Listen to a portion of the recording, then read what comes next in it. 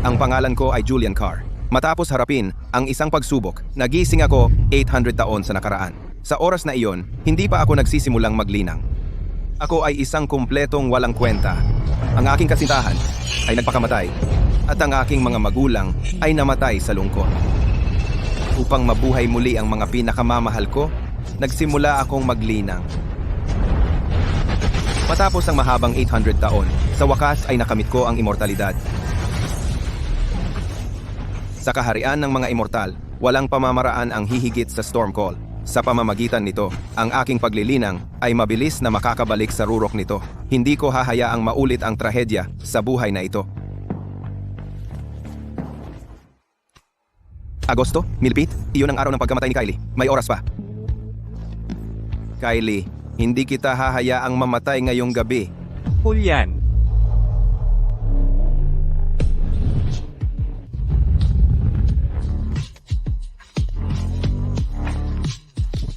Julian, nandito ako para sunduin ka. Ken, 800 taon na ang lumipas. Mukha ka pa ring pareho. Pero ilang taon lang naman ang lumipas. Bilasin mo, sumakay ka sa kotse. Dadalhin kita sa bahay ng tiyo mo.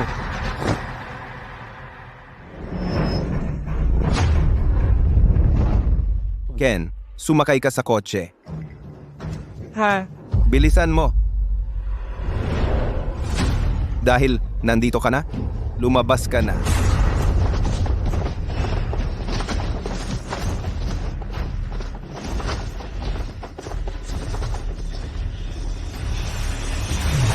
Nakalakad na ako sa mga patlang ng kamatayan at mga lupang puno ng dugo. Ito ay wala sa akin.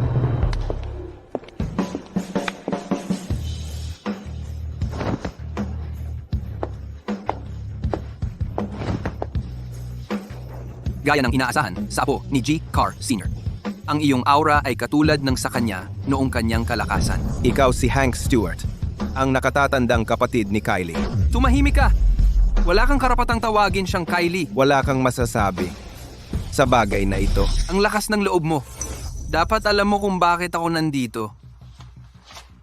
Ngayong gabi, kapag nakita mo ang kapatid ko, basahin mo sa kanyang nakasulat sa tala na ito. Kung gagawin mo ang aking hiling, titiyakin ko na magiging marangyang iyong buhay. Kung tumanggi ka, hindi ka aalis dito ng buhay.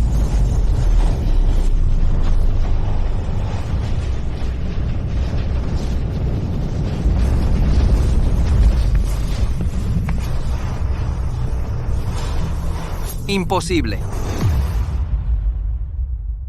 Natiis mo ang sonic art ng pamilya ko? Hahaha. Hahaha. Isang simpleng sonic art lang. Natakot ka na. Hindi ka karapat-dapat pakasalan si Kylie. Ulitin mo, ang sinumpa mo? Lalayo ako sa buhay ni Kylie Stewart simula ngayon. Kung sisirain ko ang panatang ito, haharapin ko ang pinakamabigat na kahihinatnan. Akto lagu? Sa nakaraan kong buhay, ang pagpapaalis kay Kylie ay nagdulot ng pagbagsak ng aking pamilya. Hindi ko uulitin ang pagkakamaling iyon. Huwag kang maglaro ng trick. Nakausap ko na ang pinuno ng sindikato ni Jovia. Kung hindi ka susunod, kahit hindi kita patayin, may ibang papatay sa iyo.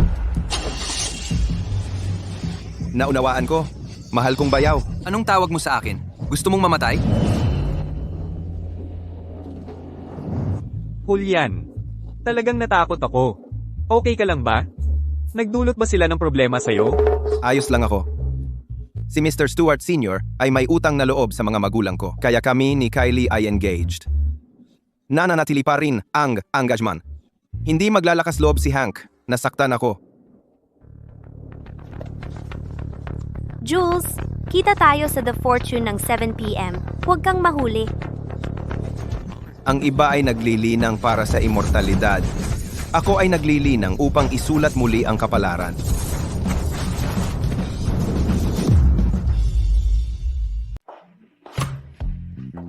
Hahaha.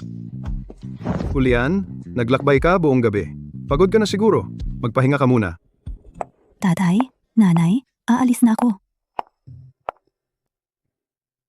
Nadia, pinsan ko siya, pero hindi kami magkadugo. Nad, tamang-tama. Si Julian ay mananatili sa atin mula ngayon. Halika, batiin mo siya. Kumusta, Julian? Kakadating lang niya, aalis ka na? Ang bastos naman. Okay lang, Tita Peggy. Pamilya naman tayo. Kung busy siya, hayaan mo na siya. Hindi ka ba kakain ng hapunan kasama ang mga kaibigan mo ngayong gabi? Unang beses ni Julian dito. Isama mo siya at ipakilala mo siya sa mga kaibigan mo. Nakatira siya sa bahay ko at gusto niyang sumali sa grupo ko. Lahat ng mga kaibigan ko ay galing sa mayayamang pamilya. Hindi siya karapat-dapat. Ikaw,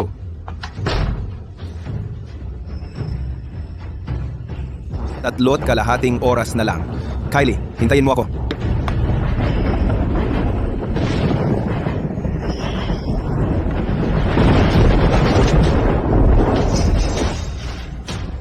Ang lakas ko ay katumbas ng Vital Force Stage sa Earth.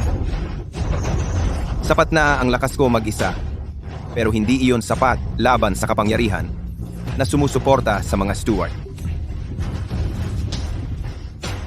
Susunduin kita sa loob ng 10 minuto. Kalahating oras na lang. Nad, pinatira mo ang isang probinsyano sa'yo at dadalhin mo siya sa pagtitipon natin? Baliw ka ba? Ang pinsan ni Nad ay malugod na tinatanggap. Julian.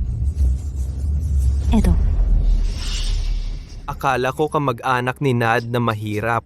Ikaw pala, Julian. Kung hindi lang ito ang dati kong kaibigang si Fred, Sino yung dati mong kaibigan? Magkakilala kayo? sabihin na lang natin na siya yung sinapak. Tahimik. Makinig ka. Dito sa Jovia, pera ang kapangyarihan. Hindi mo ako kayang pantayan. tama na. Sige, Nad. Hindi na ako makikipagtalo sa kanya. Matapos mamatay ang mga magulang ko sa nakaraan kong buhay, natuwa si Fred sa paghihirap ko. Paulit-ulit akong hiniya sa harap ni Nadia. Nakita mo? Talunan lang siya. Fred, sa pagkakataong ito, babalikan ko lahat ng ginawa mo sa akin. Julian, ang fortune ay naghahain lang ng mamahaling pagkain. Sa tingin ko, hindi bagay sa panlasa mo. Paano kung ganito? Isasama kita sa pagkain sa kalsada sa ibang araw. Hindi mo na kailangan. Pumunta ngayon. Ikaw, Nad, pabayaan mo na. Si Fred ang manlilibre ngayong gabi. Tara, umalis na tayo.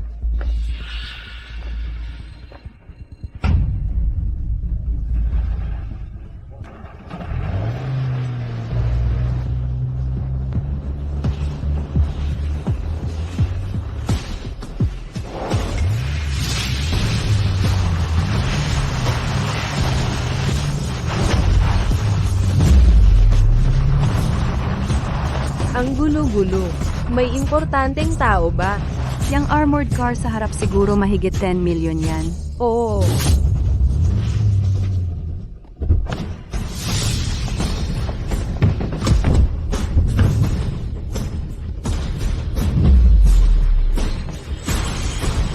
Kylie.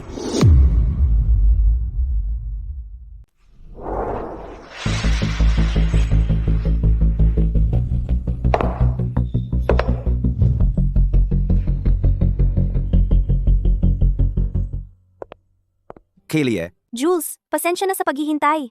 Sumakay ka.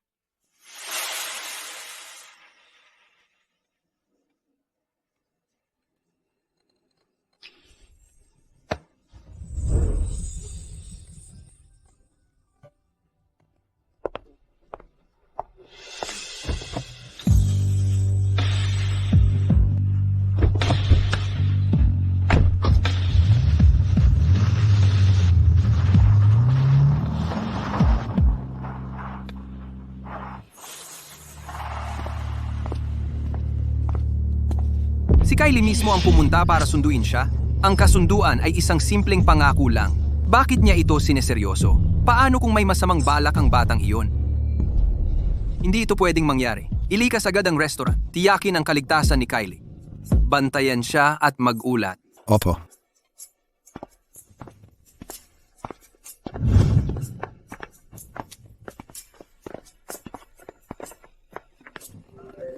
Fred, lahat ng VIP rooms ay puno na.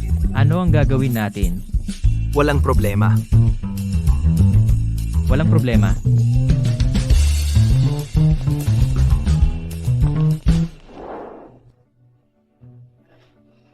Gaya ng inaasahan kay Fred, isang salita lang mula sa kanya at nag-set up sila ng kwarto para sa atin, haha. Ang manager ng lobby ay dating empleyado ng tatay ko, kaya tutulungan niya ako.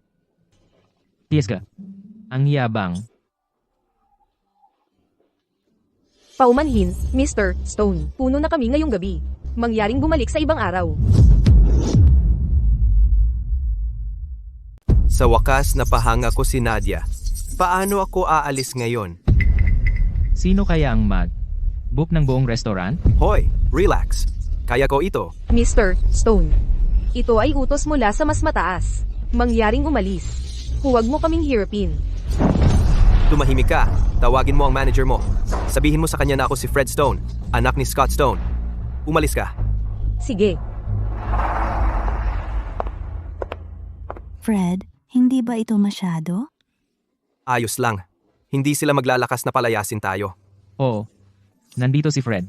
Wala kang dapat ipag-alala. Tagay.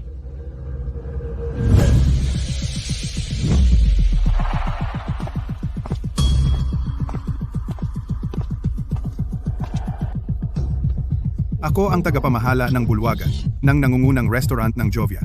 Nakita ko na ang lahat ng uri ng sitwasyon, ngunit ito ang unang pagkakataon mula noong pagbubukas, na pinalayas namin ang mga customer.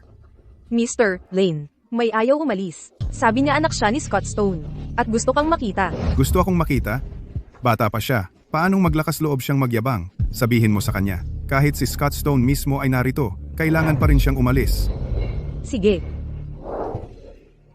Umalis ka na! Umalis! Bilisan mo! Lumabas ka! Mabilis! Lumabas ka! Umalis! Paanong maglakas loob kayong palayasin ang mga customer? Magfa-file ako ng reklamo. Tara na. Fred, anong nangyayari? Pinalayas tayo bago pa man ihain ang pagkain. Tama na, Joan. Wala nang satsat. Naku. Pasensya na. Hindi ko inaasahan na magiging walang utang na loob ang manager. Fred, hindi mo kasalanan. Hoy, tingnan mo. Si Mr. Lit ng Lit Group pinalayas din. Ang pinuno ng pamilya White, pati na rin. Hoy, pati ang hepe ng pulisya pinalayas. Bakit nila nililinis ang lugar? Sinong VIP ang darating?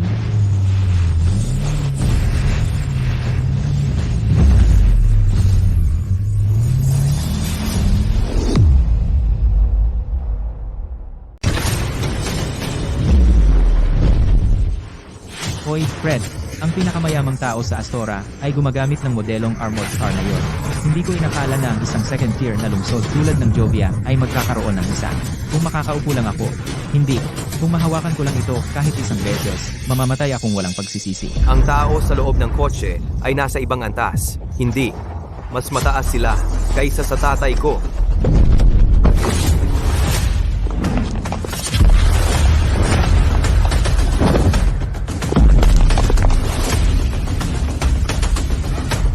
Maging ang may-ari ng restaurant ay lumabas para salubungin sila. Gusto kong makita kung sino ang nasa kotse.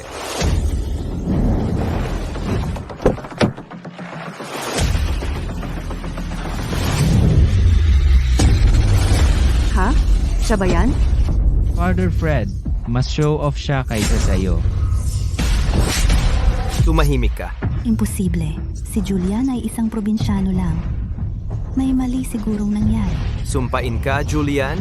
Inarte mo ang buong bagay na ito para hiyain ako sa harap ni Nadia. Kylie, bumaba ka.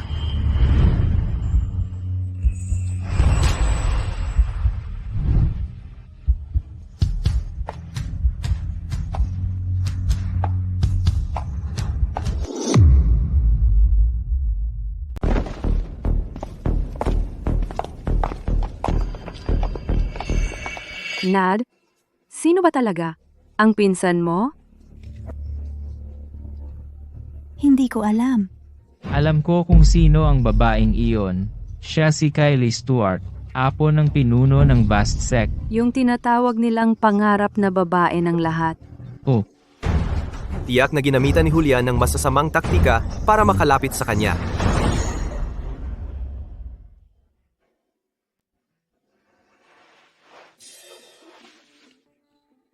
Jules, hindi ba ito masyadong mabilis? Tingnan mo, Ano ito? isang bug. Mukhang nag-aalala ang kapatid mo na mag-isa tayo. Pinakikinggan niya ako? Hayaan ko siyang marinig lahat.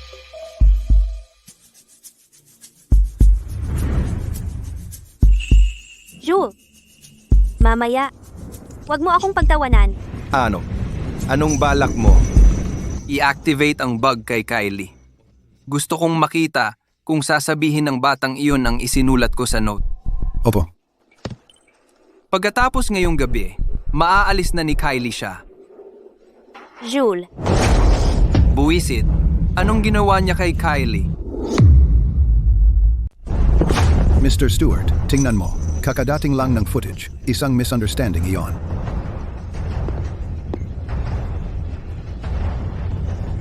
Mabuti. Hindi ginamit si Kylie. Mawawala ang kapatid mo dahil sa'yo.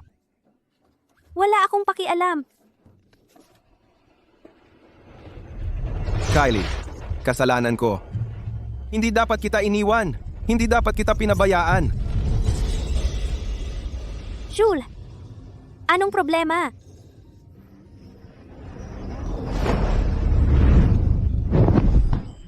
Kylie, hindi na ako. Iiwan sa'yo muli.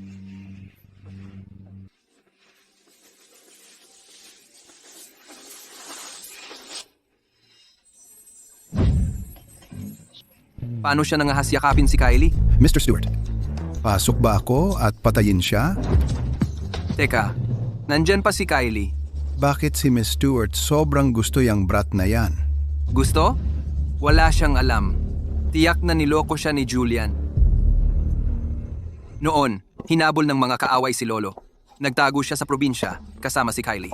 At iniligtas sila ng mga magulang ni Julian. Lolo, gising!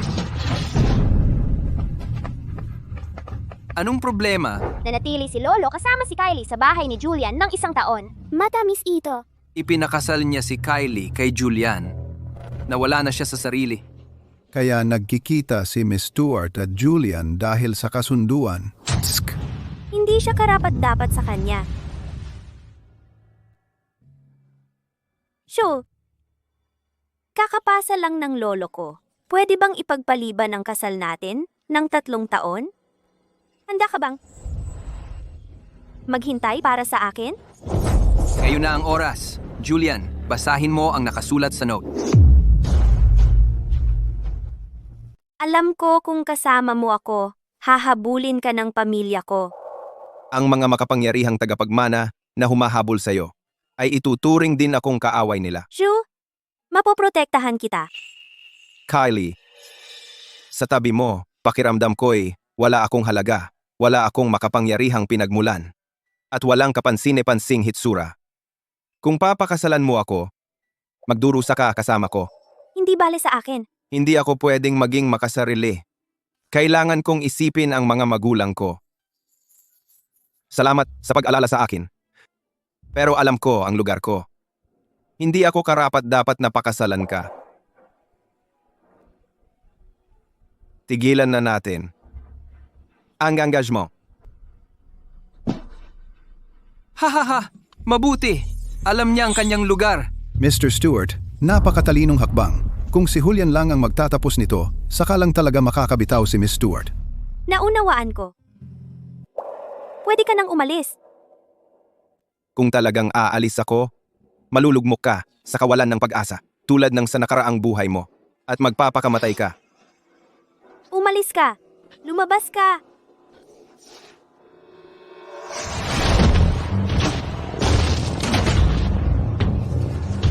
Ikaw!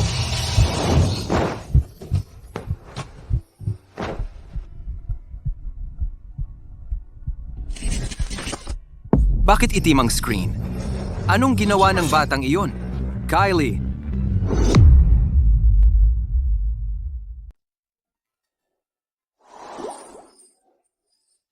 Anong ginagawa mo?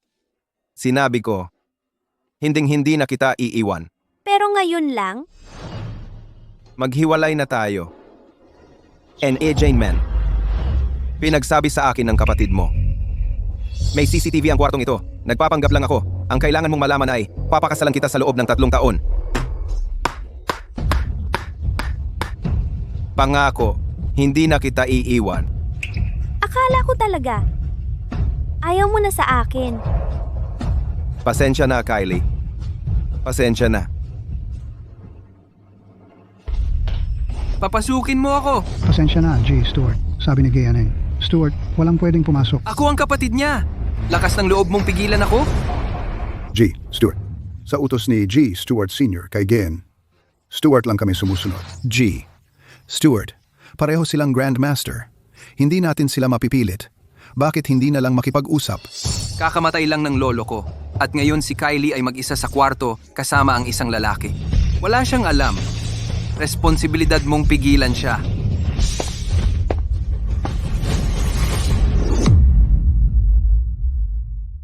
Kylie, binubuli ka ba ni Julian? Hindi. Hank, pagod na ako. Tara na. Mauna ka. May mga gagawin pa ako.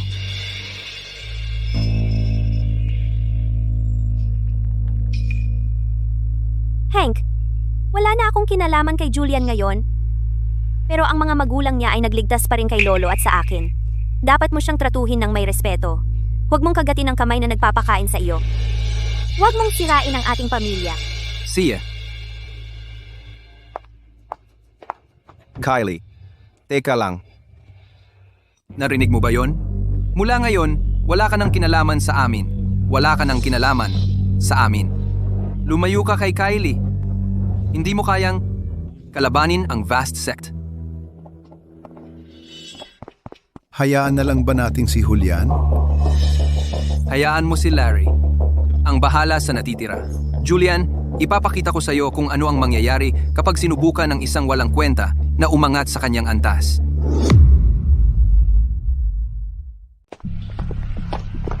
Kylie, alam ng batang iyon na hindi kanya deserve at umatras siya. Kalimutan mo na siya.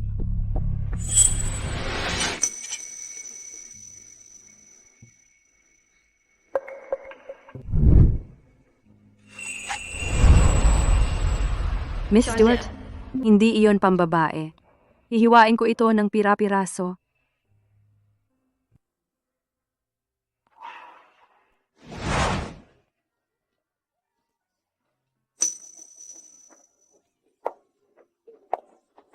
Miss Stewart, nandito na ang tutor mo. Oras na para sa iyong aralin. Ang mga anak ng mga alila ay galing sa probinsya. Ang ingay-ingay nila, ipapakuha ko sa mga guwardiya na paalisin sila. Teka, walang ipinanganak na maharlika o hamak. Ano naman kung taga-probinsya sila? Hindi ko naman sila naiingayan, hayaan mo na sila. Opo.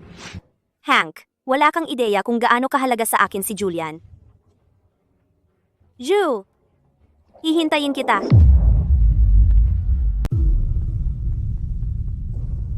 Julian, sino ang kasama mong babae? Paano bang isang lalaking napakababa biglang nakalapit sa isang babaeng napakataas? May mali. Kylie Stewart, ang apo ni Trevor Stewart, dating leader sa ibayong dagat ng Vast Sect, ang pinakamakapangyarihang puwersa sa mundo? Nanguna siya sa Global Most Beautiful Women list, ang tanging hindi celebrity na nakapasok sa ranking. Pagkatapos ng pagkamatay ni Trevor, opisyal siyang naging nominal na pinuno ng pamilyang Stewart. Minamana ang lahat ng kanyang ari-arian. Siya ang pinakabatang babae na lumitaw sa world's richest list. Wala ako kumpara sa kanya. Tatay? Tanong lang, si Tito Colin ba?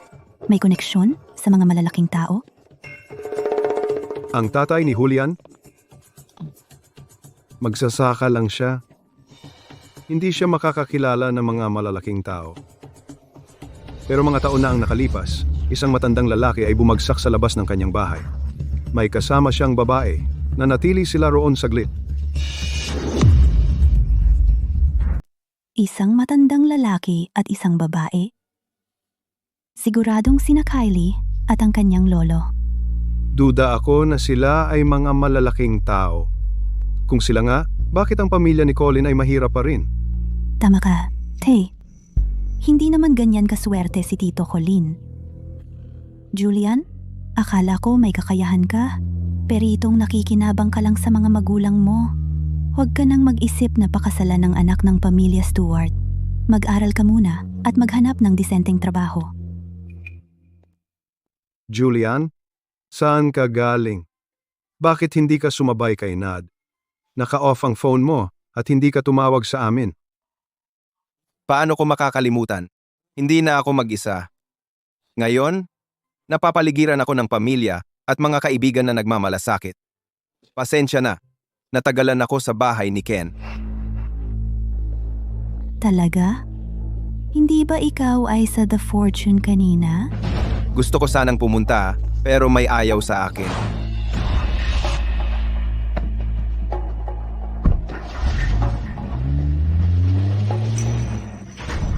Si Fred ay mapagbigay. Medyo prangka lang siya. Huwag mo nang dibdibin. Oo, medyo naiinggit ako kay Fred. Kahit bastos siya, ipinagtatanggol mo pa rin siya. Nagtataka lang ako, noong inaasar niya ako, bakit hindi mo? Ako ipinagtanggol. Biro lang. Tito Adam, magpapahinga na ako. Hindi ba sinabi ko na isama mo siya? Bakit? Hindi siya tatanggapin ng mga kaibigan ko. Ano ang magagawa ko? Ano? Ikaw?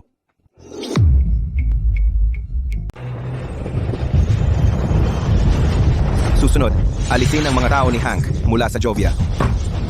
Ang Jovia ay teritoryo ng pamilya Hart. Si Larry Hart ang sumira sa aking pamilya sa nakaraang buhay ko. Sayang at hindi pa ako sapat na malakas. Hindi ko pa kaya talunin ang mga Grandmaster ng Vast Sect. Kung hindi, pupunta ako doon at kukunin si Kylie. Sino yan? Ano ang gusto mo? Anong nangyayari? Ang tunog ng kanyang boses kanina ay nagparamdam sa akin na wala akong lakas. Siguro, imahinasyon ko lang. Pumunta ako para humingi ng tawad. Nangako akong isasama kita sa hapunan at makilala mo ang aking mga kaibigan. Hindi na kailangan humingi ng tawad.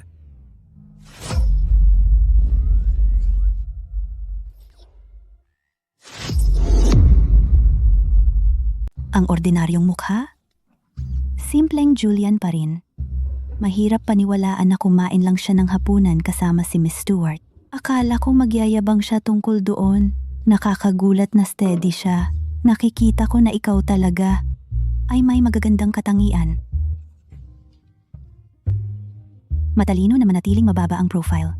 Ang pagpapakitang tao ay nagdudulot lamang ng gulo. Kaya naman hindi nakuha ni Fred ang puso ni Nadia. Gusto niya ang mga taong mahinhin. Nad, pwede mo bang imbitahin ang pinsan mo lumabas para kumain? Gusto kong humingi ng tawad sa kanya. Malamang hindi posible. Galit pa siya sa sinabi mo. Pag-alis ng mga tao sa restaurant ay paraan para takutin ka. Ang gulo sa The Fortune kahapon pero walang nag-post ng kahit ano online. Isang paliwanag lang. Sinupil ng Vast Sect ang balita. Nad, matalik tayong magkaibigan. Kailangan mo akong tulungan. Sa totoo lang, ito ay dahil sa tiyuhin ko. Kaya si Miss Stewart ay dumating lang para suklian ang pabor sa pinsan mo? Hindi dahil kahanga-hanga siya? Mabuti namang marinig. Hindi pa ako matapos. Para suklian ang tiyuhin ko, Mr. Stewart Sr., ipinangako si Kylie kay Julian. Dumating si Kylie sa Jovia kahapon para pag-usapan ang kasal. Ano? Nad, dapat sinabi mo na yan kanina. Yayain mo na ang pinsan mo ngayon. Susuko ako kung kailangan. Kailangan ko siyang mapatawad ako. Kailangan ba talaga? Pakiusap, nagpakasal si Julian kay Kylie. Ibig sabihin ay mamamana ang yaman ng mga Stewart at makapasok sa Vast Sect. Ang Vast Sect ay may milyon-milyong disipulo. Madali nila akong durugin. Bakit ko ininsulto si Julian? Kasalanan lahat ni Fred. Kumalma ka. Ginawa ko lang yon para takutin ka. Isang mayaman na tagapagmana at isang mahirap na walang kwenta. Sa tingin mo, posible ba? Nadia Carr! Niloko mo na naman ako! Galit ako sa'yo. Hindi kita niloko. Ikaw yun. Mr. Hart, ito ang mga bantay na inupahan natin.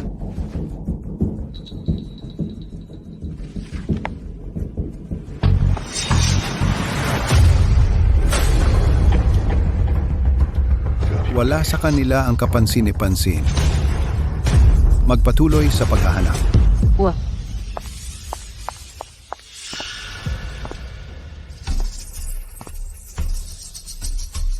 Ang pamilya Hart ay pinamumunuan ni Jerry Hart. Kung kaya ko siyang takutin, hindi magiging banta si Larry. Tigilan mo ang pagtitig. Bakit ka nandito? Umalis ka.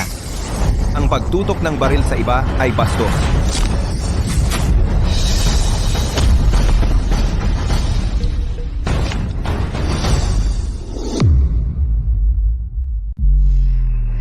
Tumigil.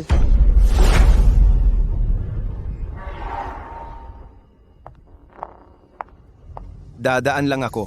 Hindi ako lumalaban sa babae. Hindi. Pwede malaman ang pangalan mo?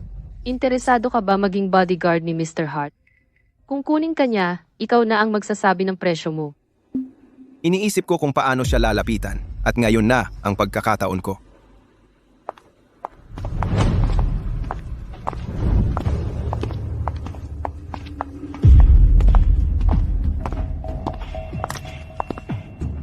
Pwede na kayong lahat umalis. Mr. Carr, gusto kang makilala ni Mr. Hart bago siya magdesisyon na kunin ka. Teka, Miss Quinn, sinasabi mo ba sa akin na talo tayo sa lalaking ito? Lahat tayo nagpakahirap makarating dito. Bakit siya ang kinuha? Oo nga, hindi ako kumbinsido. Brat, labanan mo ako kung kaya mo. Tahimik. Wala sa inyo ang makakatalo sa kanya. Patunayan mo sa amin. Ipakita niya kung ano ang kaya niya. Kung hindi, hindi siya karapat-dapat sa trabaho. Gusto mo akong hamunin? Hindi ka katapat ko. Ako ang kampyon ngayong araw na ito. Kung hindi ako katapat mo, sino? Kayo tatlo, hindi kumbinsido. Sabay-sabay kayong lumapit sa akin. Baliw ba siya? Bakit siya sobrang mayabang? Haharapin kaming tatlo, sabay-sabay. Ang yabang. Mga eksperto sila na kayang humarap sa 10 lalaki ng sabay-sabay. Mas malakas sila kaysa sa mga guwardya sa gate. Kung gusto mong mamatay, isa pang bangkay walang pinagkaiba sa amin. Huwag kang mag-alala. Magpipigil ako. Hindi ako magdudulot ng gulo sa inyo. Ikaw? Hiniling mo ito. Huwag mo akong sisihin.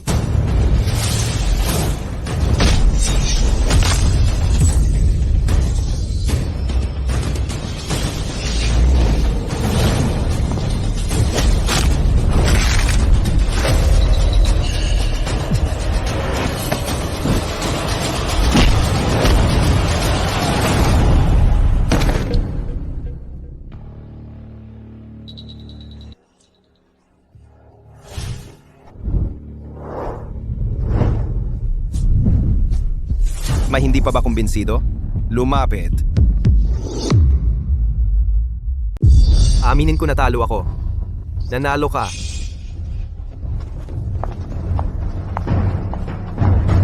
Miss Quinn, tara na. Dalhin mo ako kay Jerry.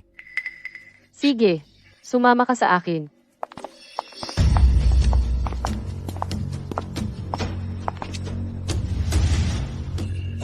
Sino yung matandang lalaki? Mag-ingat ka sa sasabihin mo. Mr. Decker ay isang dalubhasa sa geomancy. Kahit si Mr. Hart ay gumagalang sa kanya. Tahimik. May seryosong usapan ako kay Mr. Decker. Lumabas ka. Mr. Hart, nakakita ako ng bagong bodyguard. Isinama ko siya para makilala ka. Oh? Papasukin mo siya. Nandito lang siya.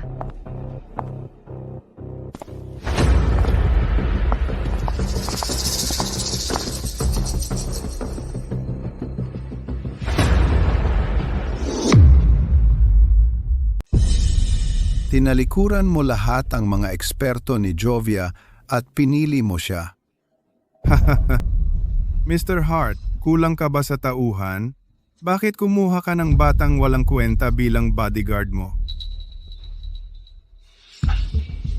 Mr. Decker, may mga saloobin ka ba? Sa mga binanggit ko kanina?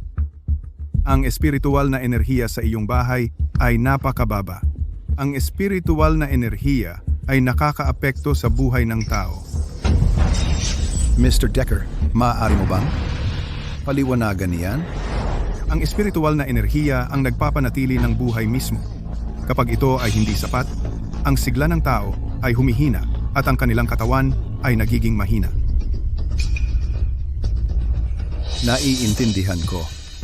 Kaya pala ako ay humihina bawat taon. Kinonsulta ko ang maraming doktor, ngunit wala silang makitang sakit. Kaya ito ay dahil sa espiritual na enerhiya. Mr. Decker, tunay kang bumubuhay sa iyong pangalan. Ang lalaking ito ay nagkakalat lamang ng walang katuturan.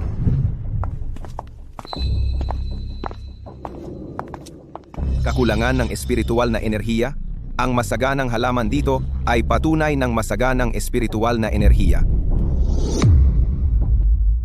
Mr. Decker, may paraan ba para malutas ito? Ito ang natural na kaayusan, pero hindi imposibleng baguhin ito. Ito ang Tempest Disc. Ito ay isang geomantic artifact. Ano? Geomantic artifact? Ang maalamat na kayamanan na sinasabing upang iwasan ang mga sakuna at patatagin ang kapalaran ng isang tao? Ang mga geomantic artifact ay maaaring magbago ng takbo ng kapalaran. Sa tamang ritual at sapat na artifact, maaaring maibalik ang espiritual na enerhiya. Bilisan mo, gawin ang lahat upang makalap ang lahat ng geomantic artifact sa Jovia.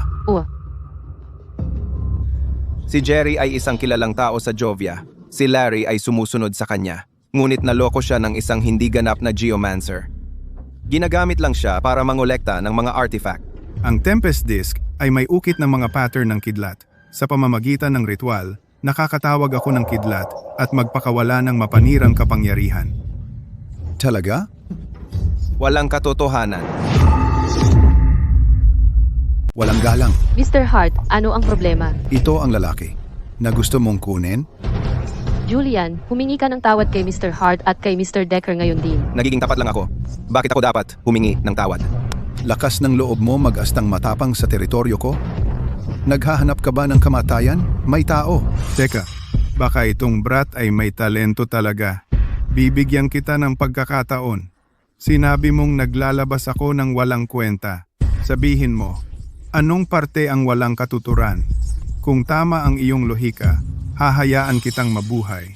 Kung hindi, hindi ako magpapakita ng awa. Ang ganitong pagkamapagbigay, hinahangaan ko iyon. Gusto mo talagang sabihin ko?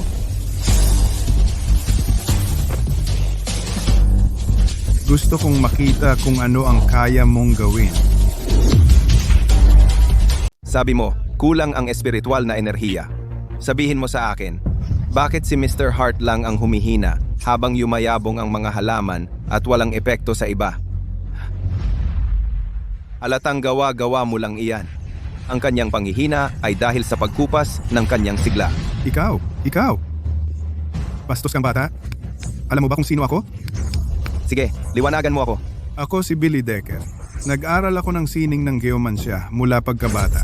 Sa edad na 11, malalim na akong nakapasok sa mahiwagang sining ng geomansya. Sa edad na 13, naglakbay ako sa malayo at malawak sa buong bansa. Nasaksihan ang mga nakatagong kababalaghan nito. Sa 18, kilala na ang pangalan ko sa mga geomancer. Paano ang isang baguhan na tulad mo ay makakapantay sa akin? Pangas mong insultuhin ako? Hindi mo kayang saktan si Mr. Decker. Ano ngayon? Ilang siglo na akong naglinang at humarap sa hindi mabilang na pagsubok. Nasakop ko ang pinakamataas na taluktok at pinasuko ang mga dragon. Ang tinatawag mong mga nagawa ay walang halaga sa aking paningin. Ikaw? Gusto mo bang mamatay? Mr. Decker, pakalmahin ninyo po. Aasikasuhin siya ng mga tauhan ko. pakiusap, huwag na kayong gumamit ng kidlat. Okay lang masira ang bahay. Ayokong tamaan ng kidlat. Mr. Decker, sabi ninyo ang disk na ito ay kayang tawagin ang kidlat? Kalokohan. Ikaw. Sige, itatalaga ko ang Tempest Disk sa pamamagitan ng iyong kaluluwa.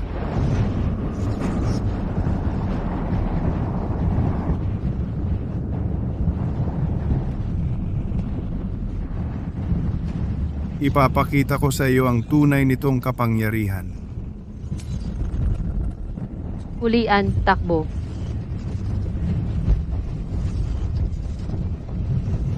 Ito ba ang kidlat na tinawag mo? Perpekto. Tingnan natin kung sino sa atin ang mas malakas na pamamaraan. Bolt!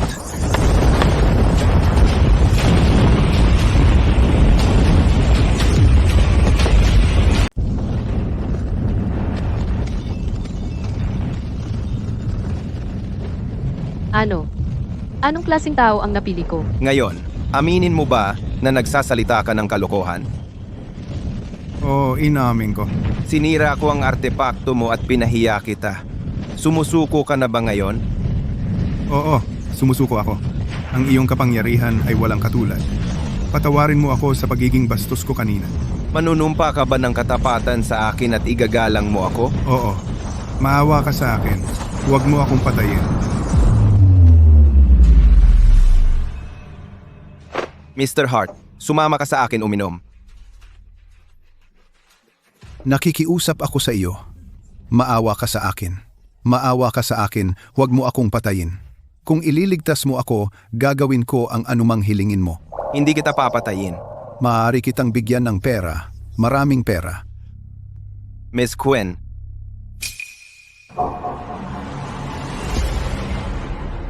Ayaw ko ng pera mo o ng iyong buhay.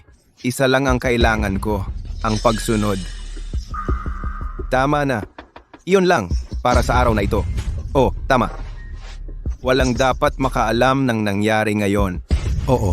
Mr. Carr, huwag kang mag-alala. Hindi ko sasabihin kanino man. Mabuti.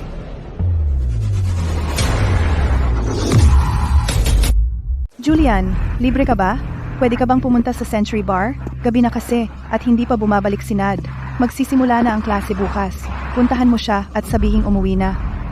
Oo, Tita Peggy. Pupunta na ako doon ngayon.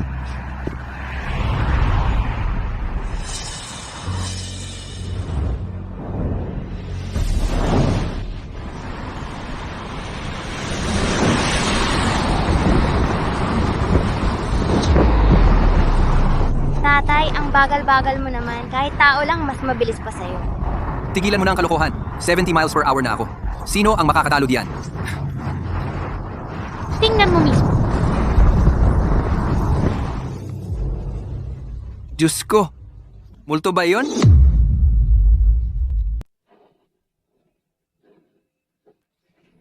Salamat sa inyo. Kapag nagsabi si Nad ng oo ngayong gabi, malaki ang utang ko sa inyo. Malapit na siya rito. Handa na ang lahat. Patayin ang ilaw. Bilisan. Siya iyon. Sa entablado, kumikinang ka. May tiwala sa sarili, maganda, at hindi maabot. Sa labas ng entablado, nanatili ako sa dilim. Pinagmamasdan ka. Bago matapos ang gabing ito, tumingin ka sa akin. Pwede bang maging kasintahan kita? Magsabi ka ng oo. Pasensya na. Hindi ito nangyayari. Mr. Hart, nakita namin ang taong hinahanap mo.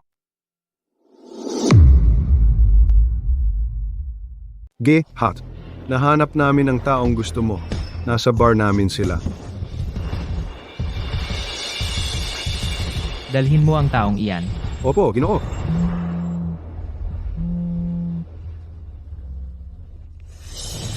Larry, bumalik ka na ngayon. Tito Jerry. Bakit niya ako pinapabalik ng napakamadali? May seryosong nangyari ba? Julian? Sino ba ang nagimbita sa iyo? Sinira mo ang lahat. Umalis ka. Umalis ka ngayon din. Julian, bakit ka nandito? Wow, anong nangyayari? May kaarawan ba?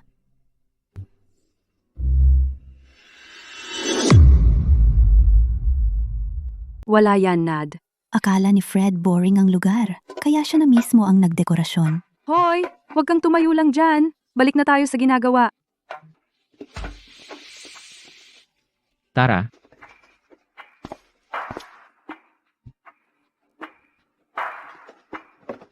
Tara na. Galingan mo. Mandaya ka talaga. Hindi ako. Natalo ka. Inom ka. Kung ihahatid ko siya ngayon, masisira ang gabi. Hayaan mo siyang magsaya. Tito Jerry, tinawag mo ako ng napaka-urgent. May nangyari ba? Wala namang malaki. Nagbibigay lang ng babala sa'yo. Mula ngayon, may isang tao na talagang hindi mo maaring galawin. Sino? Julian Carr. Ano? Julian Carr? Ano? Julian Carr. Hindi pwedeng iyon ang lalaking hinahanap ni Mr. Stewart. Ito ang kanyang litrato. Tandaan mo ang kanyang mukha. Huwag mo siyang gambalain. Teka. Tito Jerry, ito ay tiyak na pagkakamali. Kilala ko itong lalaki. Estudyante lang siya. Ang kanyang mga magulang ay walang kwenta. Walang pera, walang kapangyarihan, walang koneksyon. Isang estudyante? Oo. Kamakailan, ginagalit niya ako, kaya sinuri ko ang kanyang background. Ang pinakamalaking tao sa kanyang pamilya ay ang kanyang tiyuhin. Isang executive sa bangko. Iyon lang, pinadala ko pa ang aking mga tao para dakmain siya at turuan ng leksyon. Ano?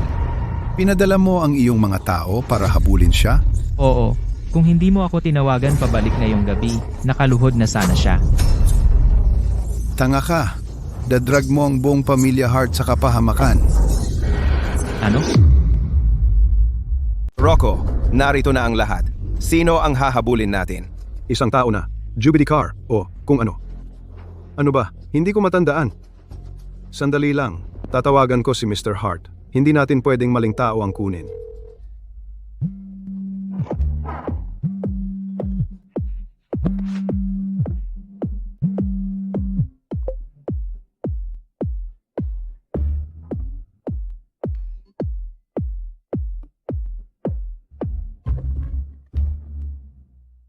Ang numerong iyong tinawagan ay hindi available. Mangyaring, subukan muli mamaya. Rocco, ano ngayon? Tuloy pa ba tayo? Tuloy tayo? Siyempre tuloy tayo. Kunin lahat ng nasa kwarto na may apelidong Carr. Teka, kay Larry ang lugar na ito. Mukhang... Hindi ako makakatagal dito. Julian, ngayon nakikita mo na ang pagkakaiba natin. Sa mundo ko, ang sulok lang ang nararapat para sa'yo. Kilala mo ba yung lalaki? Mukha siyang malungkot. Bakit hindi siya sumasama sa atin? Ewan. Oh, siya? Julian Carr. Malaking tao siya. Ang pamilya niya ay may-ari ng ilang ektarya ng sakahan at maraming manok. Ang pinakamayaman sa kulungan ng manok. Fred, naghahanap ka ng gulo. Oh, hindi ako maglalakas loob. Isang taong kasing halaga mo malamang kailangan niyang lisanin ang buong lugar para lang kumain. Ginoong Carr, dapat ba kaming lahat lumabas at bigyan ka ng espasyo? Tama na, Fred. Tigilan mo na. Relax, nagbibiro lang ako. Si Ginoong Carr ay hindi mag-aaksaya ng oras makipag-away sa mga walang kwenta tulad natin, di ba?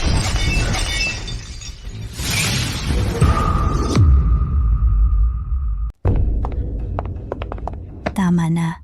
Palagi siyang nagbibiro ng ganyan. Huwag mong seryosohin. Hindi ligtas ang lugar na ito. Umuwi ka na sa akin ngayon. Ano ang hindi ligtas dito?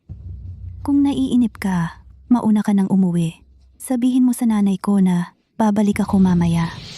Talagang hindi ka sasama sa akin? Hoy, ikaw!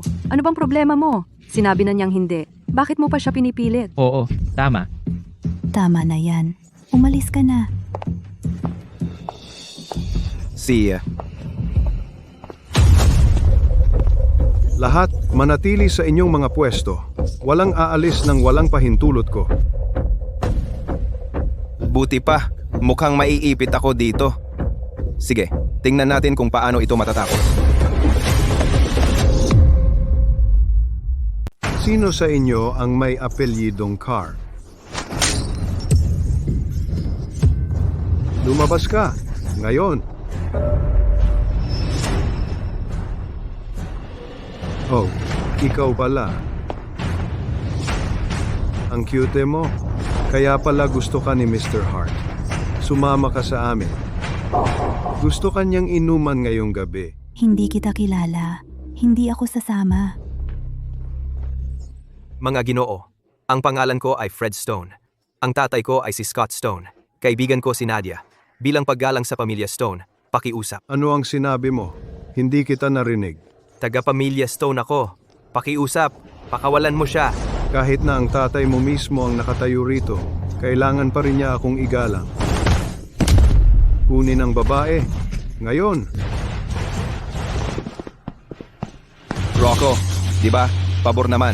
Sinabi ng tita ko na iuwi siya. Tiya mo? Pwedeng sabihin na rin ng tiyo mo. Ang gaga, kahit apelyido ko, wala silang pakialam. At akala niya kaya niyang maging bayani? Ulitin mo yan, bata.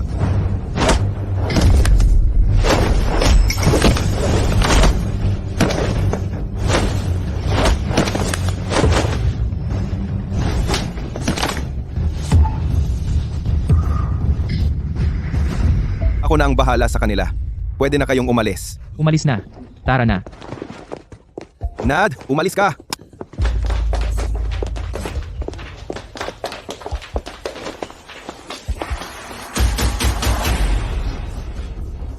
Tawagan mo si Larry. Tanungin mo kung ano pa ang meron siya. Siya. Kilala niya talaga si Mr. Hart? Wala akong pakialam kung anong sama ng loob mo kay Mr. Carr. Ipakalaya mo siya agad ng mga tauhan mo. Hindi. Sobra kang lampas sa kakayahan mo sa isang katulad niya. Ipahumili ng tawad ang mga tauhan mo sa kanya. Ngayon na. Tito Jerry, pakiusap, kumalma ka. Sinasabi ko na sa kanila ngayon. Teka, sino ka ba talaga? Julian Carr. Siya yung hinahanap ni Mr. Hart. Ano kung marunong kang lumaban? Kapag nagpadala na ng backup si Mr. Hart, patay ka. Mr. Hart, ito, baliw tong lalaking to. Hinahampas niya ang mga tauhan ko hanggang sa muntik ng mamatay. Kung hindi ka darating ngayon, ako'y tumahimik ka. Nandoon pa ba si Mr. Carr? Isama mo ang mga tauhan mo at humingi ng tawad. Kahit anong sabihin niya, sasang-ayon ka. Naririnig mo ba ako? Pero ako... Ano? Hindi siya darating para iligtas ka?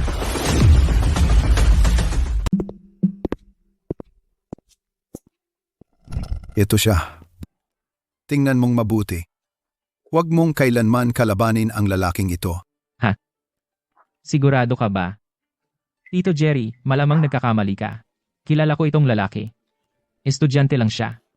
Ang mga magulang niya ay magsasaka. Walang kayamanan o impluensya. Estudyante? Tama iyan.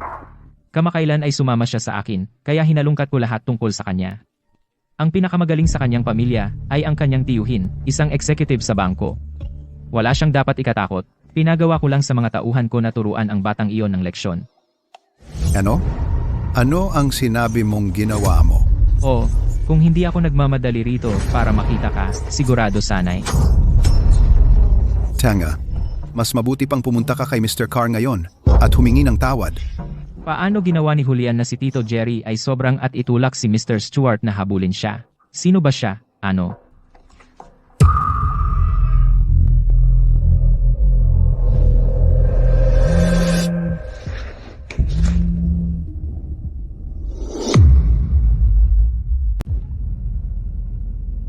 Mr. Stewart, patay na ba si Julian? Hindi pa. Si Tito Jerry ay sobrang protektado sa kanya. Ano ang kinalaman ni Jerry dito? Bahala na. Sa huli, desisyon mo yan, Larry. Gusto mo bang manatiling siksikan sa Jovia sa ilalim ng kontrol ni Jerry? O pumunta at magtrabaho para sa akin, kontrolin ang vast sect, at makipag-agawan sa mundo? Bibigyan kita ng 10 segundo para mag-isip. 10, Siyam, 8, gagawin ko. Mr. Stewart, gagawin ko ang lahat para sa'yo. Mahusay. Gusto ko ang mga taong diretsyo. Basta't mananatili kang tapat sa akin, makukuha mo ang iyong patas na bahagi. Gusto kong patayin si Julian sa loob ng 3 araw. Kaya mo bang gawin? Oo, kaya ko. Isang 18, taong gulang na walang kwenta ay tiyak na mamamatay dahil sa pagsalungat sa vast sect. Kaya bakit hindi mamatay sa aking kamay? Kung may tulong ako ni Mr. Decker, madali kong mapapawi. Isang dosenang Julian cars.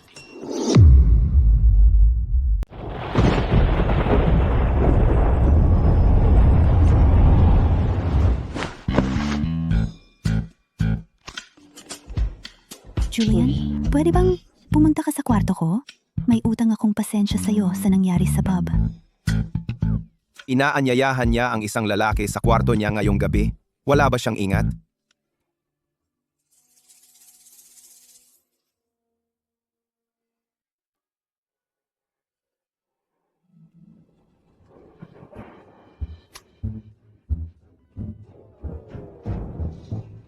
Ang taray naman.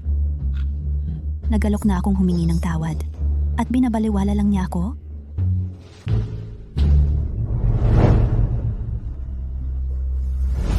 Gusto mong umalis ako sa lugar ko dahil sa isang estudyante sa kolehiyo?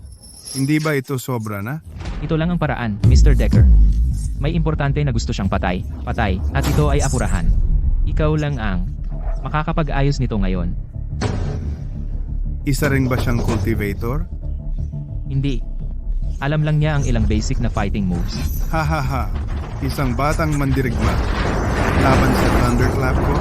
Haha. Talo siya sigurado. Hahaha. Julian, narinig ko sa nanay ko na titira ka sa dorm kapag nagsimula na ang klase. Totoo ba yan? Oo. Actually, kung gusto mong matuloy sa bahay namin, okay lang sa akin. Mas komportable talaga sa bahay. Naalala ko kung gaano mo kinamuhian ang ideya na manatili ako sa inyo. Brat, ikaw ba ang sumira sa bahay ni Rocco? Ako yon. Paano kita matutulungan? Kung gayon, babaliin ko ang isa sa mga binti mo at saka kita dadalhin kay Mr. Hart. Ano? Isang binti lang? Anong ibig mong sabihin? Hindi sapat ang isang binti. Dapat pareho mong baliin, pati na rin ang dalawa kong braso. Brat, ginagago mo ba ako?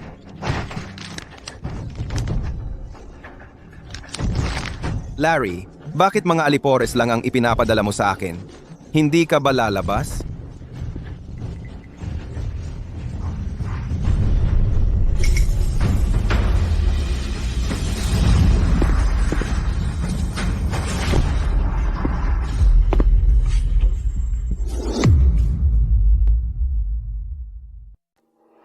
Julian, sa wakas nagkita na tayo.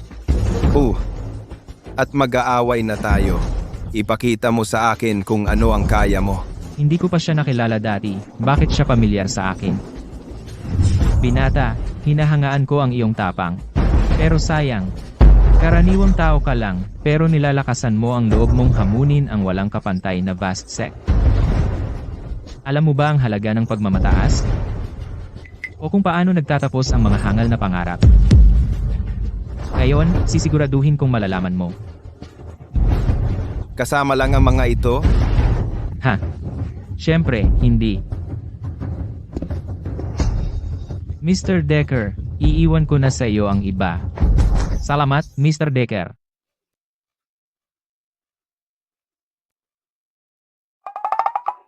Mr. Decker.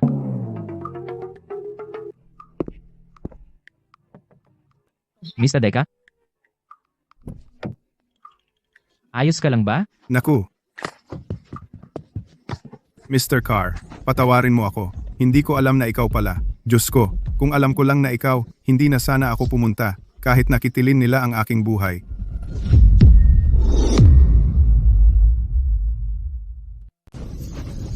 Mr. Decker, ang galing ng pagpasok mo. Mr. Decker, anong ginagawa mo? Wala siyang iba kundi isang pangkaraniwan. Sabi mo kaya mo siyang patayin gamit ang iyong thunderclap. Tumahimik ka. Hindi ako magpapakitang gilas sa harap ni Mr. Carr. Bolt. Kasalanan ito ni Larry. Kung sinabi niya sa akin na si Mr. Carr iyon, hindi na ako pumunta. Kahit si Mr. Decker ay nakaluhod sa harap niya, si Julian ba ay talagang ganyan kalakas?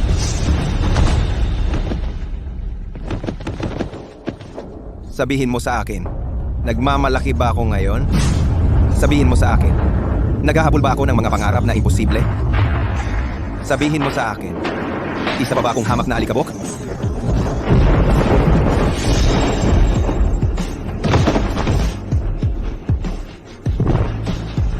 Sa nakaraang buhay, maaaring isa lang akong pangkaraniwan. Gayunpaman, kahit ang ordinaryong tao ay maaaring mangarap ng langit. Kahit anong panganib, makukuha ko ang mga bituin gamit ang aking sariling mga kamay. Sabihin mo kay Larry na pumunta at makipagkita sa akin bukas.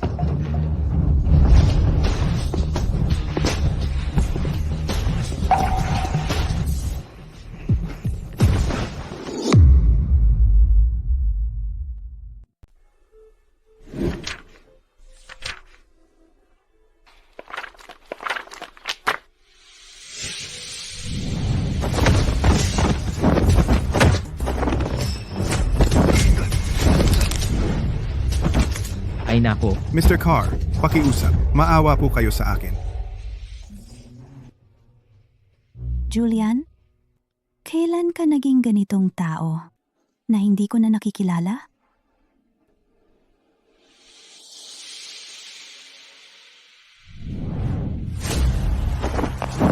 ano? Gusto mo bang humingi ako ng tawad kay Julian? Magpakita ka ng respeto. Siya si Mr. Carr. Tito Jerry, Mr. Decker, nasapian ba kayo ng dalawa o ano? Kayo. Binibigyan ka ni Mr. Carr ng pagkakataong magbago. Dapat magpasalamat ka na. Anong tapang mo para insultuhin siya? Maraming beses ko nang sinabi sa iyo na huwag kang sumalungat kay Mr. Carr kasama ang ating mga tauhan. Bakit hindi mo ako pinakinggan? Sa umaga, pumunta ka at humingi ng tawad kay Mr. Carr. Huwag mong ibagsak ang buong pamilya. Mr. Stewart, alam mo ba kung sino ang kalaban natin? Nasa malaking problema ako dahil sa'yo.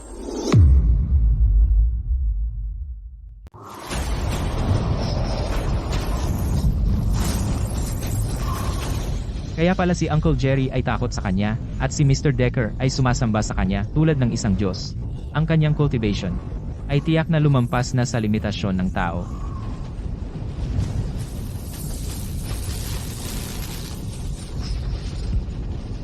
Mr. Carr, humihingi ako ng paumanhin sa pagtutol sa iyo.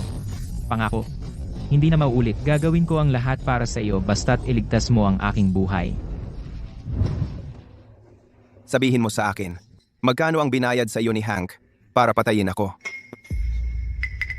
Wala akong sinabihan tungkol kay Mr. Stewart, pero alam niya ang lahat. Isang prodigy, talaga. Mr. Carr, hindi ako maglakas loob labanan ang vast set. Sige, umalis ka na. Huwag mong sayangin ang oras ko. 20 milyon, inalok niya akong patayin ka. Kung alam ko lang na ganito kakalakas, hindi ko sana tinanggap ang alok niya. 20 million? Sige, pareho pa rin ang presyo. Ililigtas ko ang buhay mo, pero babayaran mo ito ng 20 million. Salamat, Mr. Carr. Umalis ka na. Kung muli mo akong tututulan, papatayin na kita sa susunod. Okay. Alis na ako.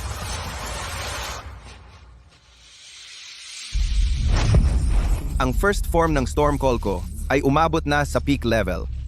Pero dahil sa mababang spiritual energy, ang pag-advance mula foundation hanggang ascendant stage ay aabot ng halos 1 buwan.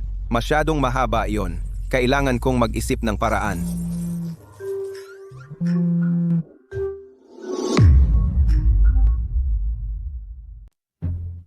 Ay? Hoy, Julian.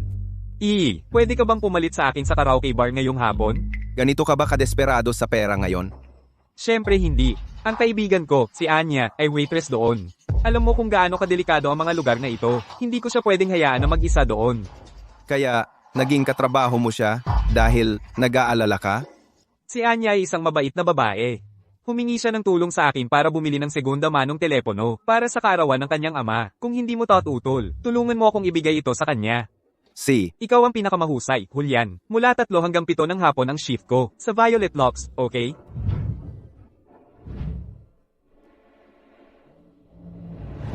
Jerry, anong pagkakataong ito? Masyado akong nagtatagal para magkaroon ng pagsulong. Maaari kong gamitin ang kanyang impluensya para mahanap isang angkop na lugar para magsanay o kahit isang artifact. Mr. Carr, libre ka ba ngayong gabi? Gusto kitang ilibre ng pagkain bilang paumanhin. See ya. Libre ako pagkatapos ng 7 p.m. Sunduin mo ako sa Violet Lux. Salamat, Mr. Carr. Sisiguraduhin ko na tatanggapin ka ng may paggalang. Si Jerry ay isang duwag. Ganito ba ako nakakatakot? Anya, nadumihan mo ang damit ng customer. Liang siya yan? Ibawas ko ito sa sweldo mo. Mr. Holt, maaari mong tingnan ang CCTV. Talagang hindi ako iyon. Tama na. Hindi masaya sa'yo ang customer. Swerte mo, hindi kita sinibak. Hindi mo kailangang bayaran ang kompensasyon kung ikaw lang. Ha ha ha. Hindi, Mr. Holt. Mr. Holt.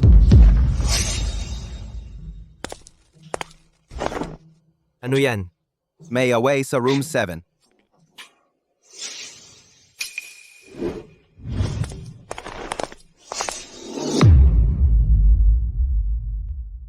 Salamat, Julian. Iabot mo rin ang pasasalamat ko kay Ken. Walang problema. Tama. Ito ang teleponong hiniling mong bilhin ni Ken. Ang bago naman ito. Siguro mahigit $500 ang halaga nito. Hindi ito bago, mukha lang. Pinaghirapan ni Ken na makuha ito para sa iyo, kaya tanggapin mo na lang. Okay, maraming salamat. Mukhang bago talaga. Tiyak na magugustuhan ito ng tatay ko. Julian, hilyo ka. Nagsinungaling ka. Wala namang away. Oh? Mali ko pala. Alam ko ang pakay mo. Gusto mong maging bayani. Pero tingnan mo mabuti ang sarili mo. At tingnan kung kaya mo ba. Halika, balik tayo sa trabaho. Hoy, tumigil ka muna diyan. Mr. Holt, ibalik mo sa akin. Bawal ang telepono habang nagtatrabaho.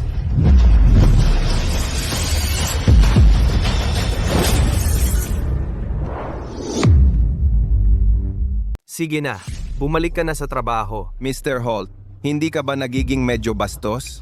Tinuturuan mo ba ako kung paano disiplinahin ang mga tauhan ko? Kung gagalawin mo ako ulit, itataboy ko kayong dalawa dito. Julian, wag. Kasalanan ko. Alam mo ba kung ano ang ibig sabihin ng teleponong iyon sa kanya? Liwanagan mo ako? Iyan ay 2 buwan ng kanyang pagsusumikap. Ginamit niya lahat ng kanyang ipon para mabili ito para sa kanyang tatay. Pagmamahal niya ito para sa kanya at sinira mo ito basta-basta. Ano? Mura lang na telepono iyan. Mas marami pa akong kayang sirain. Bibili ako ng 1 dosenang ganito nang hindi kumukurap. Oh, ikaw ang tagapamahala. May sumusuporta sa iyo. Sa iyong mga mata, basura lang kami. Nakikita kong matalino ka. Ano kung sinira ko ang telepono niya? Ano bang magagawa mo? Kung aawayin ko siya? Binata, matagal ko nang gustong turuan ka ng leksyon. Kung wala ang mga VIP, sa tingin mo, makakasagot ka? Ganoon ba? Mabuti, hindi na ako magsasalita. Wow, natatakot ako. Ito ang teritoryo ni Mr. Kirk. Sasaktan mo ba ako? Oo, gagawin ko. Igil.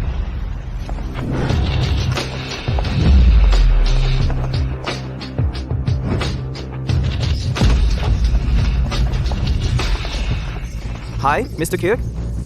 Tapos ka na? Siya ang nakababatang kapatid ni Rocco at si Rocco ang kanang kamay ni Larry. Patay ka na! Sino ka ba? Humahawak ng tauhan ko sa teritoryo ko? Teritoryo mo? Pag-aari ito ni Rocco? Hindi ba? Pasaway? Alam mong kay Rocco ito at nagkakagulo ka pa dito. Ngayon, lumuhod ka at humingi ng tawad kay Mr. Holt. Pagkatapos, bayaran mo siya ng $200 bilang kompensasyon.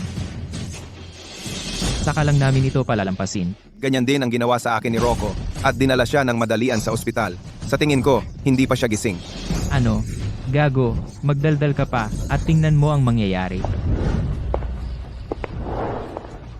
Ikaw ba yan, Mr. Carr? Sino ka bang gago? Hindi mo ba nakikitang abala si Mr. Kirk? Tumahimik ka. Miss Quinn, masaya akong makita ka muli. Bakit hindi? Mr. Carr, pinadala kami ni Mr. Hart. Mr. Carr, J2. Mabuti. Ikaw muna, Miss Gwen. Kaya siya ang lalaking nagpadala kay Rocco sa ospital, Mr. Carr. Mr. Carr, pasensya na sa pagwalang galang ko sa iyo. Pasensya na talaga. Maawa ka naman. Puta. Sino ba naman mag-aakala na may prodigy na naghahain sa bar? Miss Gwen, sandali lang. May importante akong bagay na aayusin muna. Siyempre, Mr. Carr. Gusto mo akong bayaran ng 200,000, tama? Ngayon, magdagdag ka ng isa pang zero doon, kapalit ng iyong buhay. Gusto ko ito sa loob ng 3 araw at ibigay mo ito ng direkta kay Anya.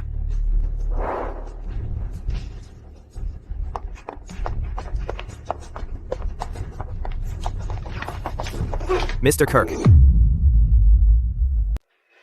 Kaya bakit mo hiling na makita ako? Magiging tapat ako sa iyo. Mahina na ang katawan ko sa mga nakaraang taon. Pagod na pagod ako palagi.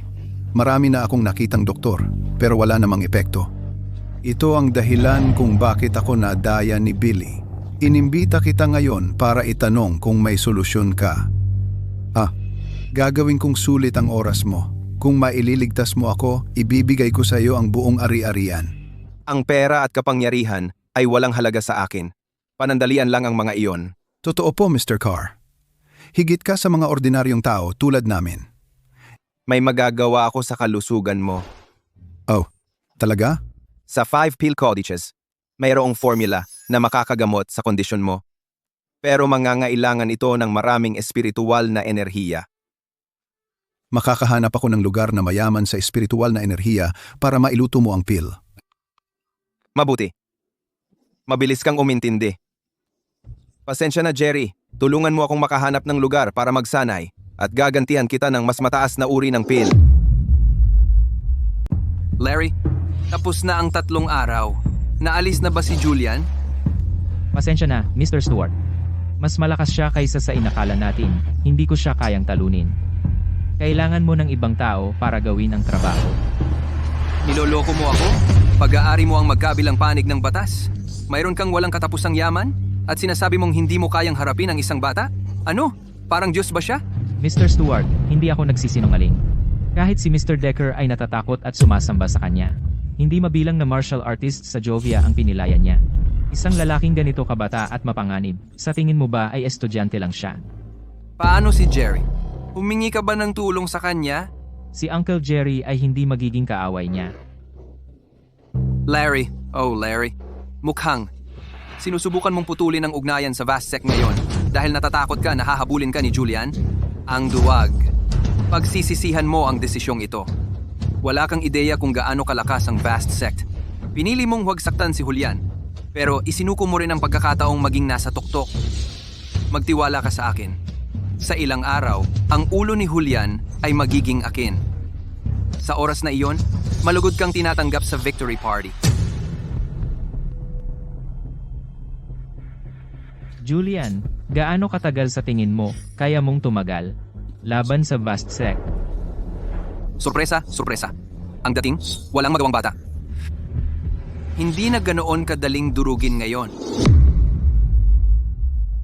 Ginoong Stewart, huwag kang mag-alala. Mas mature lang siya ngayon. Magpapadala ako ng ilang tao para pakalmahin siya. Hindi? Paul. Dadalhin ko ang mga anino ng tigre. At ako mismo ang dadalaw sa kanya. Kailangan ba iyon? Julian, isipin mong isang karangalan ang mamatay. Sa pamamagitan ng mga anino ng tigre.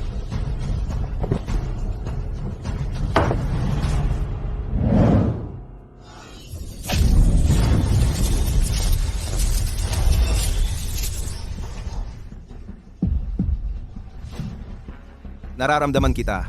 Magpakita ka.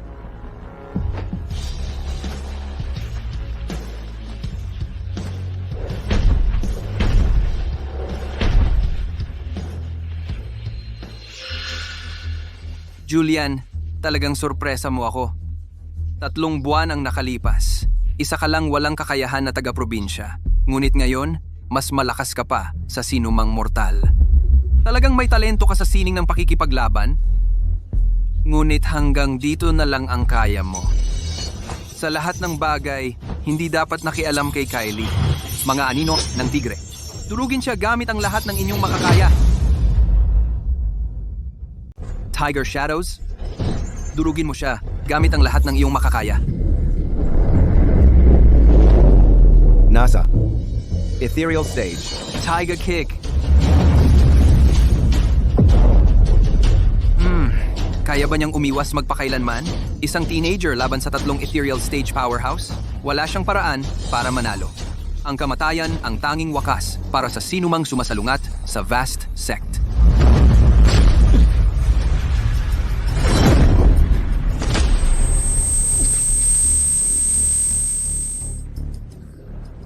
Ito ang unang beses kong nasaktan pagkatapos kong mabuhay muli. Mukhang hindi titigil si Mr. Stewart hanggat hindi niya ako nakikitang patay. Kung mabubuhay ako ngayon, wawasakin ko ang vast sect at pakakasalan si Kylie. Panaginip mo yan! Wala akong pakialam kung ikaw ang saksi. Akala mo ba ako lang ang titigil sa'yo? Ang mga Stewart at ang buong vast sect, hindi kailanman hahayaan iyon. Papatayin ko ang sinuman na hahadlang sa akin, kasama na ang mga Stewart at vast sect. Nasa denial ka pa ba? Kahit nagalit sa akin si Kylie magpakailanman, hindi ako titigil hanggat patay ka na. Dapat ay natapos na namin siya sa ilang segundo, ngunit siya ay nagtamo lamang ng maliit na pinsala sa kabila ng aming tuloy-tuloy na mga suntok. Humahanga ako sa lakas ng kanyang mga depensa. Ano? Mamamatay din siya agad. Hindi ka makakaligtas sa aming Tiger Fury Strike. Sige, gawin na.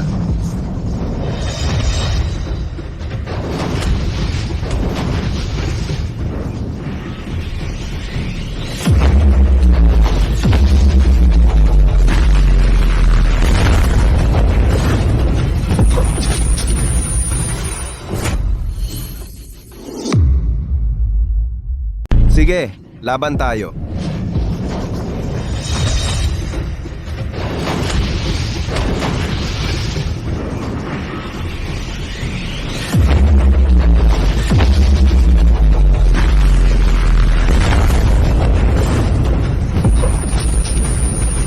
Haha, Julian, talo ka na. Tiger Shadows, tapusin mo na siya. Opo, Ginoo. Walang gagalaw kay Jules?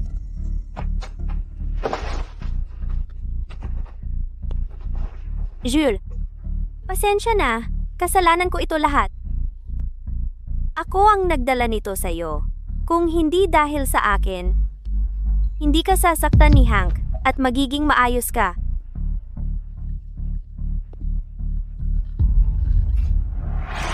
Kay Brown? Gusto ko siyang patayin. Ginong Braun, Ginong Rogers, gusto ko siyang patay. Kylie, ako ang kapatid mo. Pero paano mo ba ako tinuring na kapatid mo? Iniligtas ako ni Julian at ni Lolo. Pero ginanti mo siya ng pananakit. Para sa kapangyarihan at kayamanan, pinilit mo akong pakasal sa iba nang wala ang pahintulot ko. Hank, hayaan mong tanungin kita. Nagmalasakit ka ba sa aking damdamin? Hindi ka naging mabait sa akin? Kaya wag kang umasa ng kabutihan mula sa akin. Kylie. Ginoong Brown at Ginoong Rogers, gawin nyo na. Mga Ginoo, galit si Kylie ngayon. Huwag kayong makinig sa kanya. Ako ay... Stewart din ako. Iniingatan nyo si Kylie, di ba? Hindi nyo ako pwedeng saktan. Huwag nyong gawin. Kylie, ako ang kapatid mo.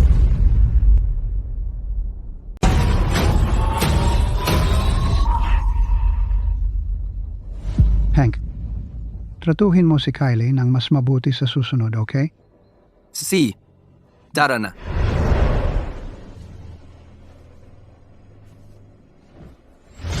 Miss Stewart, bumalik na tayo. Mr. Rogers, Mr. Brown, pwede ba akong manatili ng isa pang araw? Isang araw lang. Kylie, sumama ka sa amin.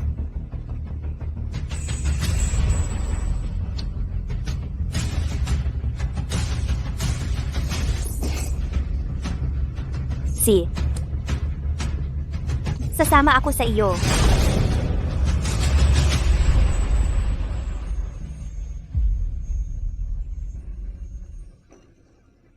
Jules, pasensya na. Sa wakas, nagkita tayo, pero hindi man lang tayo makapagpaalam. Kung maabot ko ang divine stage, hindi na iisipin ni Hank na saktan ako. Kung ako ang pinakamalakas, hindi na kailangang mag-alala si Kylie tungkol sa akin. Das, mas malakas. Kailangan kong maging mas malakas.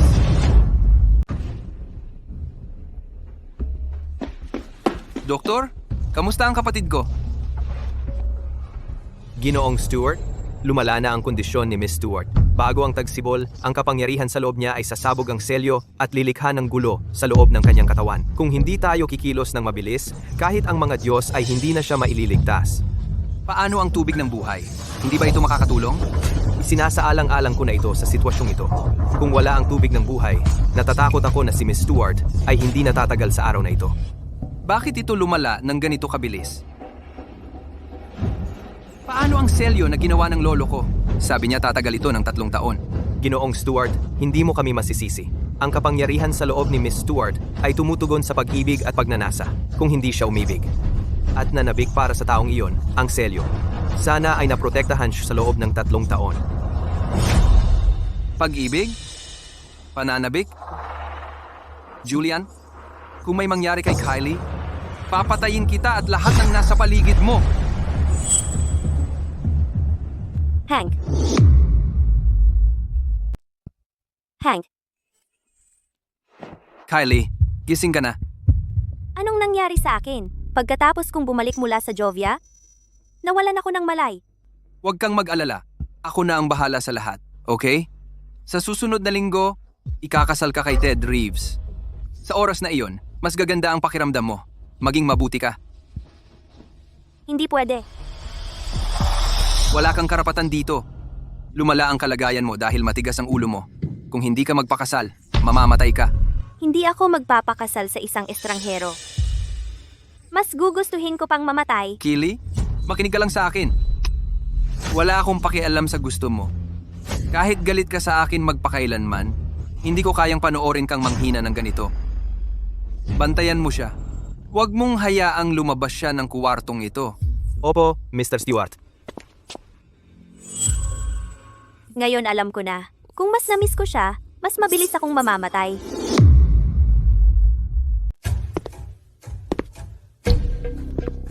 Stewart, baka. Ang pagpayag kay Miss Stewart na makasama ang kanyang minamahal ay makapagpapagaling sa kanyang sakit. Ibig mong sabihin, hayaan siyang pakasalan si Julian? Paano mo nalaman na mahal din siya ni Julian? Paano kung balak niyang sirain ang pamilya natin? Buntong hininga. Stewart, wala na tayong ibang pagpipilian, di ba? Kahit papaano, si Julian ang isang taong talagang mahal ni Miss Stewart. Julian, mapagkakatiwalaan ba kita sa kaligayahan ni Kylie o maging sa kanyang buhay?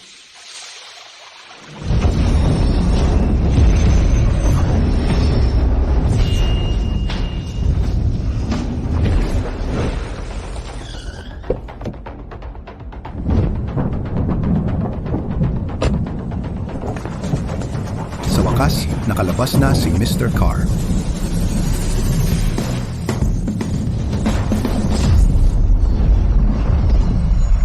Lumakas na ako. Sa wakas, naabot ko na ang banal na yugto.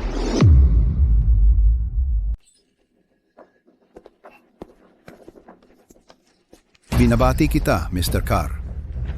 Eto, Mr. Carr, ito ay. kainin mo ito at mananatili kang malusog hanggang sa 100 anyos ka. Mr. Carr, talagang tagapagligtas ka ng buhay ko. Ang vast sect ay may kasalan.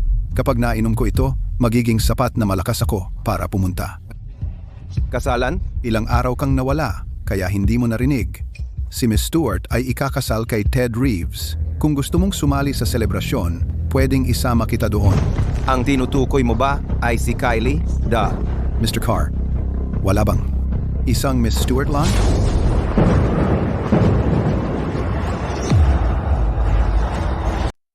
Kylie, nandito na ang sasakyan. Hayaan mo silang maghintay. Bakit matigas ka pa rin? Ito ay tungkol sa buhay mo. Sa tingin mo ba talaga na ang batang probinsyano ay darating sa iyo? Alam mo, May mga nangungunang mandirigma sa bawat sulok ng bahay na ito. Kahit gaano siya kalakas, hindi siya makakalusot sa mga depensa para maabot ka. Hank, sapat na ba ang sinabi mo?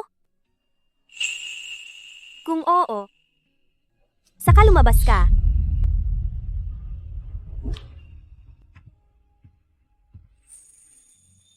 Jules, naniniwala ako sa'yo. Kaya mo yan? Di ba? Kylie. Kylie.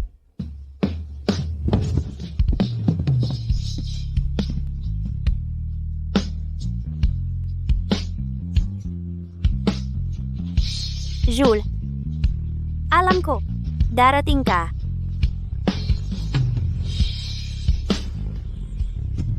Julian, paano ka nakapasok dito? Sinabi ko na dati, si Kylie lang ang magiging asawa ko. Ngayong naabot ko na ang banal na yugto, walang sino man ang makakapigil sa akin. Ginoong Stuart, dapat ba tayong gumawa ng isang bagay? Kalimutan mo na.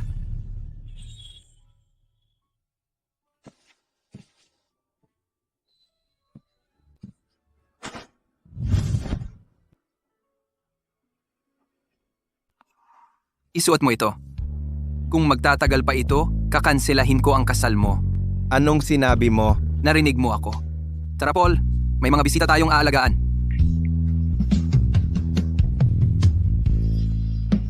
Salamat, Hank.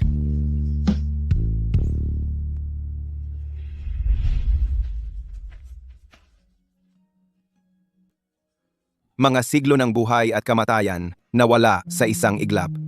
Kylie, sa wakas, nahawakan ko na ulit ang kamay mo.